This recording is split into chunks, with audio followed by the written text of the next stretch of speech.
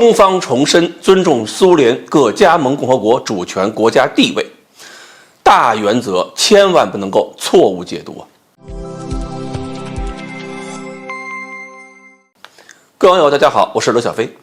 这两天中国驻法国大使在接受媒体采访的时候呢，提到苏联解体之后各加盟共和国主权没有有效的国际法地位，引起了各方的敏感和争论。在我们分析这件事儿之前，我们不能忘了先回顾一下这件事儿的大背景。前一段时间，中国法国通过领导人的会晤确立了深度合作关系，通过合作，中国要协助欧洲成为独立自主的一极。中法两国领导人的共识就是避免欧洲整体性的成为美国的附庸，要维护一个多极世界格局。此后，欧洲理事会主席也表示，欧盟多数国家领导人跟法国总统马克龙想法一致，甚至连冯德莱恩都在欧盟的会议上甩出了一堆对中国发展建设成果的赞美词语。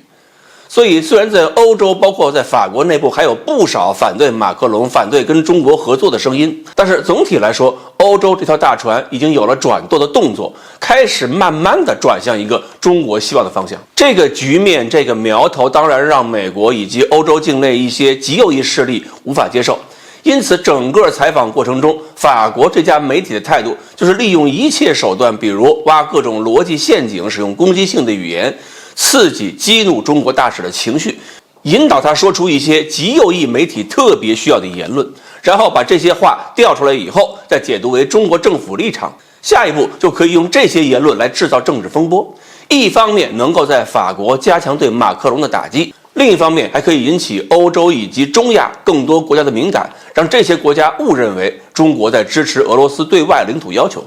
不管以前中国政府如何解释自己是中立的，这些努力都有可能被这些言论所抵消。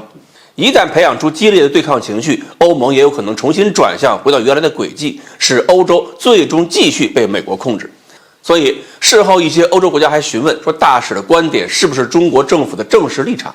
同时，这件事儿也引起了国内很多媒体的叫好，有不少媒体认为中国大使的观点代表了中国的声音，证明中国的对外立场发生了根本的变化。但是很快与很多人判断相反，中国外交部发言人做出了正式声明，表明前苏联是联邦制国家，对外作为一个整体具有国际法主体地位，但是这不否认苏联解体后各加盟共和国具有主权国家地位。苏联解体后，中国是最早同有关国家建立外交关系的国家之一。建交以来，中方始终秉持相互尊重、平等相待的原则，发展双边友好合作关系。中方尊重苏联解体后各加盟共和国的主权国家地位。外交部发言人说，这才是中国的立场。显然，这跟前苏联加盟共和国没有有效国际法地位的说法有明显的相当大的差距。进而，中国驻法大使馆也马上删除了采访的原文记录，并且在法文版页面上换了一个声明，表示大使的观点是在电视辩论节目中所表达的个人观点。大使馆还说明，这些个人观点不应该被过度解读，不能理解为中国政府在相关立场上有变化，并且再次强调中方尊重苏联解体后形成的共和国的主权地位。所以，这是中国外交部以及中国驻法使馆对欧洲国家疑问的正式回应。而把一个副部级外交官的说法解释为个人观点跟中国政府立场无关，这在共和国历史上也是极其罕见的事情。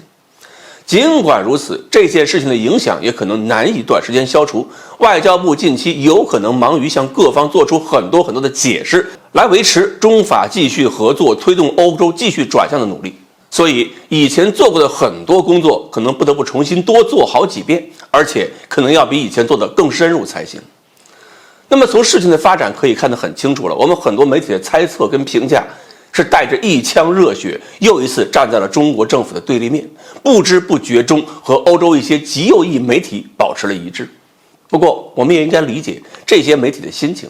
这是由于东欧的某些国家对中国指手画脚，我们确实有必要对干涉中国内政的行为进行有力的打击，但是我们更应该多看看中国政府正式公布的声音，要看懂中国的对外政策，要看清哪些是当前的主要目标，哪些是排序靠后的任务，这些都是我们发表言行的法理依据。任何时候斗争都必须有策略、有步骤，当下最重要的就是推动中法合作继续下去，因此，包含媒体在内的任何人，只要是我们自己人，就不要给这个规划制造障碍，避免欧洲重新走上回头路。